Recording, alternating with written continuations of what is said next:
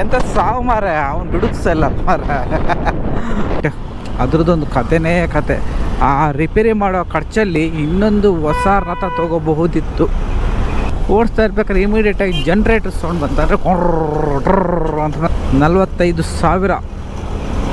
ಬಾ ಬ್ಯಾಗ್ ಬಾ.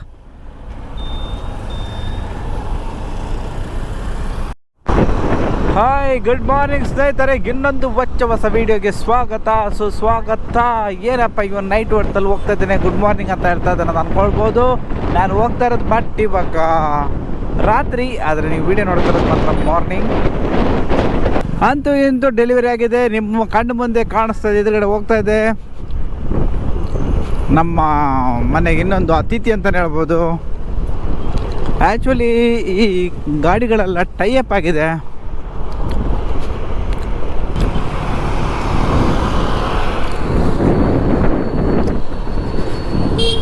ಆ್ಯಕ್ಚುಲಿ ಒಂದು ತಿಂಗಳ ಹಿಂದೆ ಭಾರಿ ಮಳೆ ಬರ್ತಿತ್ತು. ಇವಾಗ ಮಳೆ ಅಂತೂ ಕಮ್ಮಿ ಆಗಿದೆ ನೋಡಿ. ಎಲೆಕ್ಟ್ರಿಕಲ್ ಗಾಡಿ ಇದ್ರೆ ಎಷ್ಟು ಉಳಿತಾಯ ನೋಡಿ. ಈಗ ಒಂದು ಸಲ ಫುಲ್ ಮಾಡಿದರೆ ಮಂಗಳೂರಿಗೆ 2 ಟೈಮ್ಸ್ ಬಂದು ಹೋಗ್ಬೋದು. ಅದೇ ಪೆಟ್ರೋಲ್ ಗಾಡಿ ಆದರೆ ನಿಮಗೆ ಒಂದು 200 ರೂಪೀಸ್ ಆದರೆ ಮಿನಿಮಮ್ ಆಗೇ ಆಗುತ್ತೆ. ನೋಡುವ, ಅದು ಸೈಡ್ ವೇ ಕಾಣುತ್ತೆ ನೋಡೋಣ. ಇವಾಗ ಈ ಕಾರ್ ಇದೆ, ಈ ಕಾರ್ನ ಓವರ್ಟೇಕ್ ಮಾಡುವ. ಎಂಥ ಸಾವು ಮಾರ, ಅವನು ದುಡುಕ್ಸಲ್ಲ ಮಾರ.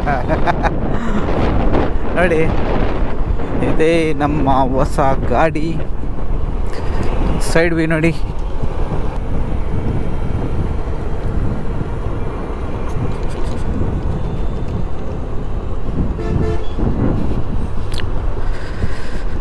ನೋಡ್ತಾ ಇರ್ಬೋದು, ಸಖತ್ತಾಗಿ ಕಾಣಿಸ್ತಾ ಇದೆ.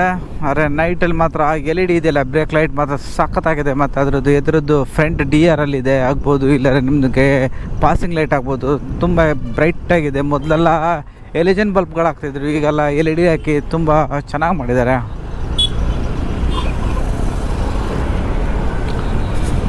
ಈ ಸಲ ನಾವು ಗಾಡಿ ತೊಗೊಳ್ಬೇಕಾದ್ರೂ ನೈಟ್ ಹೊತ್ತೇ ಆಗುತ್ತೆ, ಯಾಕಂದರೆ ನಮಗೆ ಸಿಗೋದು ಟೈಮ್ ನೈಟೇ. ಅಂದರೆ ನಾವು ಹೋಗಿರ್ತೀವಿ, ಈವ್ನಿಂಗ್ ಹೋಗಿರ್ತೀವಿ. ಒಂದು ಹೇಳಿದ್ನಲ್ಲ, ಒಂದು ಎಷ್ಟೊತ್ತಿಗೆ ಹೋಗ್ತೀವಿ, ಒಂದು 4 or 5 ಹೋಗ್ತೀವಿ. ಅಲ್ಲೆಲ್ಲ ಎಕ್ಸ್ಪ್ಲೇನ್ ಮಾಡಿ ನಮಗೆ ಎಲ್ಲ ಗಾಡಿ ಕೀ ಕೊಟ್ಟು ನಾವು ಹೊರಗಡೆ ಬರ್ಬೇಕಾದ್ರೆ 6-6:30 ಮಿನಿಮಮ್ ಆಗಿ ಆಗುತ್ತೆ. ಒಬ್ಬೊಬ್ಬರು ಗಾಡಿ ತೊಗೊಳ್ಬೇಕಾದ್ರೆ ಅಂದ್ಕೊಳ್ತಾರೆ ನಾವು ಒಳ್ಳೆ ದಿನನೇ ತೊಗೋಬೇಕು. ಇವತ್ತು ಒಳ್ಳೆ ದಿನನೇ, ಬಟ್ ಒಳ್ಳೆ ದಿನ ಆದಮೇಲೆ ಅದು ಗಳಿಗೆನೂ ಎಲ್ಲ ದಿನವೂ ಗಳಿಗೆನೂ ಒಳ್ಳೆ ಇರುತ್ತೆ.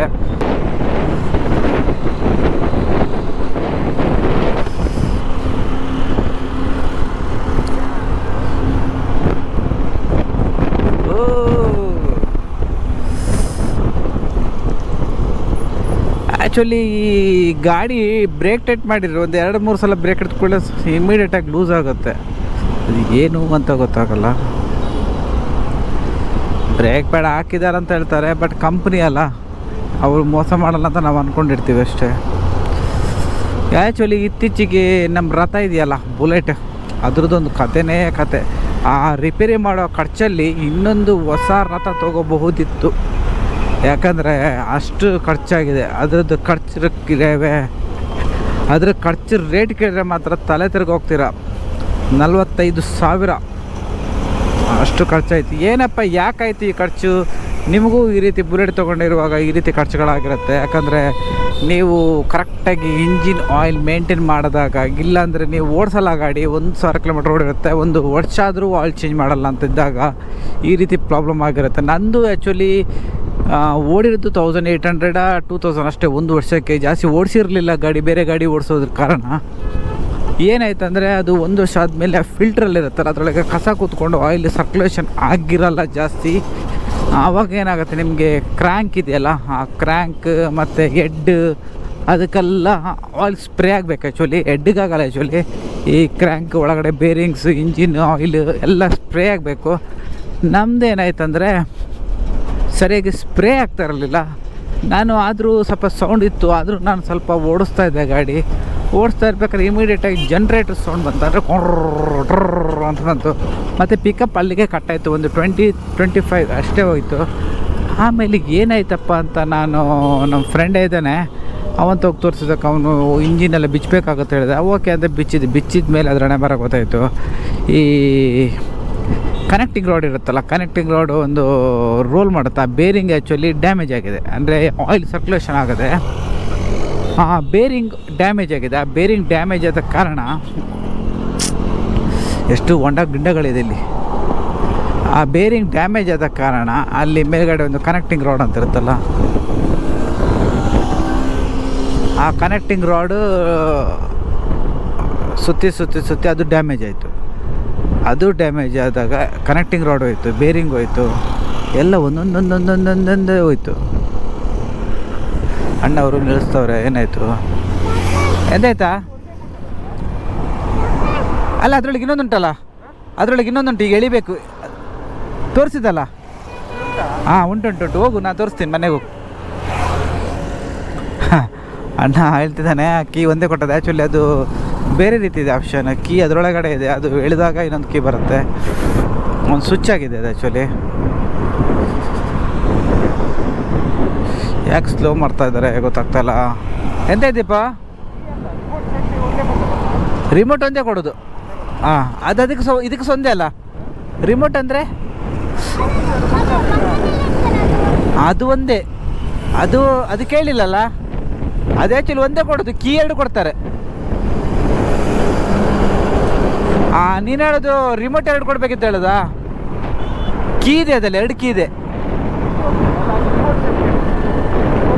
ರಿಮೋಟ್ ಒಂದು ಇದೆ, ಕೀ ಒಂದಿದೆ. ಹೌದು, ರಿಮೋಟ್ ಒಂದೇ ಕೊಟ್ಟದು. ಹಾಂ ಕೇಳಲಿಲ್ಲ.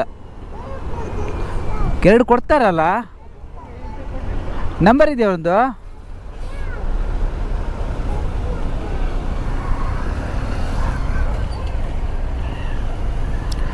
ಟ್ರೈನ್ ಬಂದಿದೆ, ಬ್ಲಾಕ್ ಆಗಿದೆ. ಬಾ ಬ್ಯಾಗ್ ಬಾ.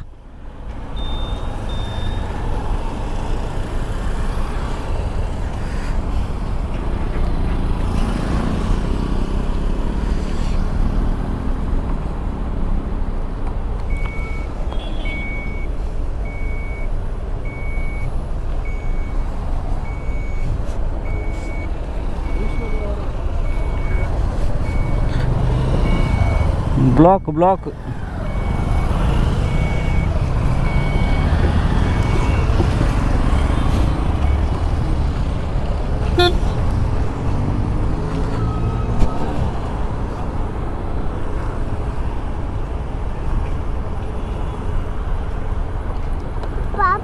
ಇರಿ.